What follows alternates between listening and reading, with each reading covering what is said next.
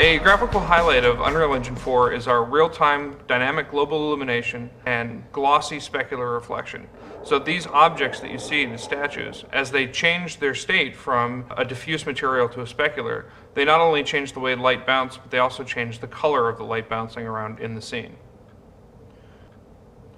Unreal Engine 4 also supports fully emissive materials, so materials that you see in your scene can not only receive light and be emissive, but also transmit light. We have support for full shadowed and lit subsurface scattering. This night, as I move around, you can see the light through him changing based on the opacity and filter color. Unreal Engine 4 uses a fully deferred renderer. One of the applications for this is deferred decals. So this sphere drops wet decals on the ground, which change not only the diffuse and specular, but also the normals of the surface. This is, again, all fully dynamic and real-time. This is our orrery room, and this solar system that you see moving around has been placed to demonstrate our indirect lighting. If I change the time of day, the sunlight will begin to stretch further into the room, and this will begin to show more of the color of the light bouncing off of the floor and onto the surrounding metal walls. If I change the color of the carpet, you can see that the color of the room changes quite dramatically. I can do that again.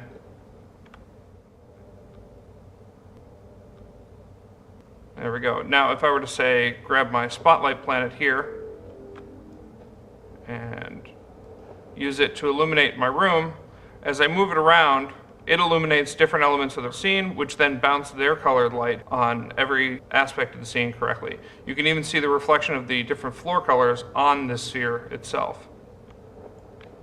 This next room highlights our dynamically lit particle systems. So I have a number of particle systems here, all being illuminated by the dynamic elements of the scene. I can turn on my own flashlight and illuminate it, or even pick up my spotlight planet from the previous room and throw it in.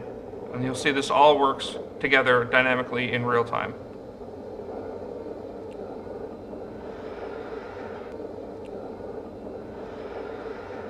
Out here we're highlighting our direct and indirect lighting on particles. So I have a volumetric particle system that is being illuminated from within by chunks of lava being shot up through the vent, which use the volume of the particles to determine the amount of light that transmits through. The particles are being illuminated directly by the sun and also picking up indirect illumination from the sun bouncing off the world. They're also correctly shadowing the environment around them. Unreal Engine 4 supports GPU particles, which allow us to have extremely high numbers of particles along with complex simulations. So for example, this room has over 1 million particles in it alone in various different elemental styles. I have fire and ice, obviously, with very different effects. And then I have a final magic effect, and this effect is demonstrating our vector displacement fields, which can be dynamic and fully interactive. So I have a vector field on this object, and as I move it around, it displaces the particles as it travels through them. And I can even turn it off and have it all wisp away.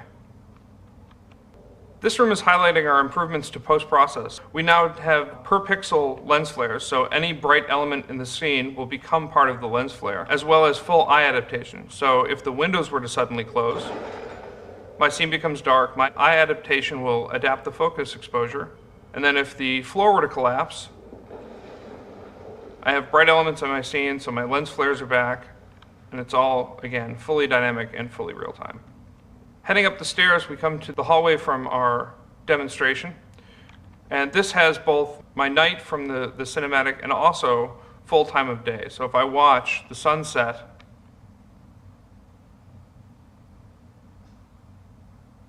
you can see the light changes quite dramatically. When the sun's completely behind the building, the sky will go to night. And I have a very different lighting environment. And then as the sun rises, again, I change completely. Now, the most impressive thing about this entire demonstration is that for the entire thing, I've been in the editor the entire time. At any point, I can come out of our immersive mode and go right back into my tools. So I can just fly around, select objects, and move them around and interact with them because I am in my editor and in my tools the whole time. We've dramatically improved our play. It's now instantaneous. I can jump in at any time and just run around. So this gives me extremely fast iteration time.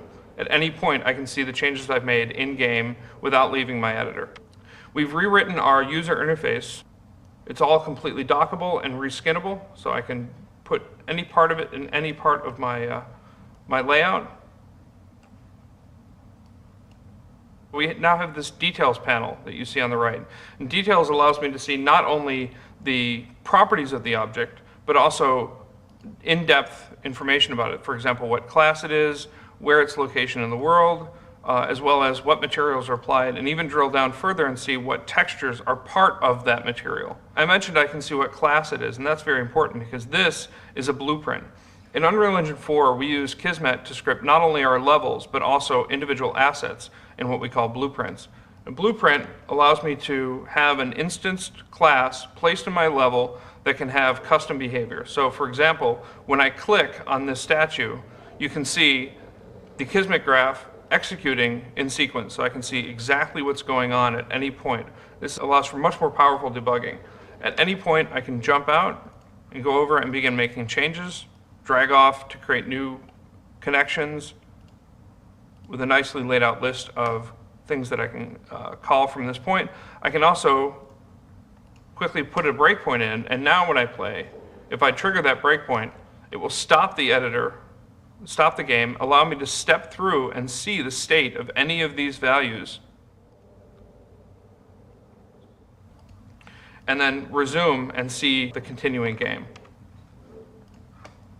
Turn that breakpoint off again, and if I wanted to say make a change to this, it's as easy as dragging off. So I'll add a delay, give it a default duration of 3 seconds, and wire it in. And now when I play, when I click on my statue, I hit my delay, I see the countdown for how long it's got left, and then it executes the script again. So this allows us to make changes and iterate on them extremely quickly. Talking a bit about the indirect lighting, if I select the post-process for this environment and filter for the voxel lighting intensity, if I bring that down, this is what the scene would look like without any bounce lighting being derived. So there's no complex specular, there's very little secondary lighting in the scene, but if I bring that back up, I begin to get my metallic reflections, my complex secondary lighting on all of my objects, as well as a much more realistic environment.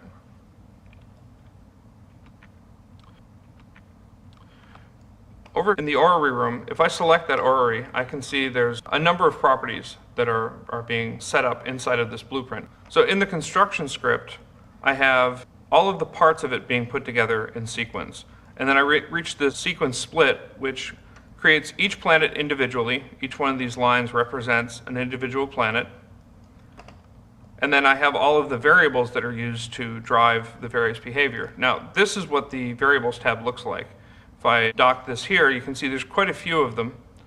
But all of these can be categorized and given custom names. What that means is that when I get back to the placed version of it, I don't have a huge flat list of variables like I have in my editor.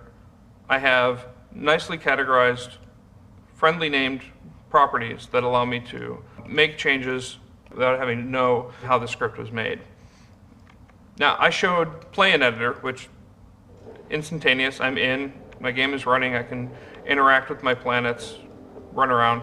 But now I'm going to use simulate, and simulate plays the game but doesn't put me in it. So now I'm still in the editor. I have complete control over my tools. I can see properties for any object. I can select the various elements in my scene.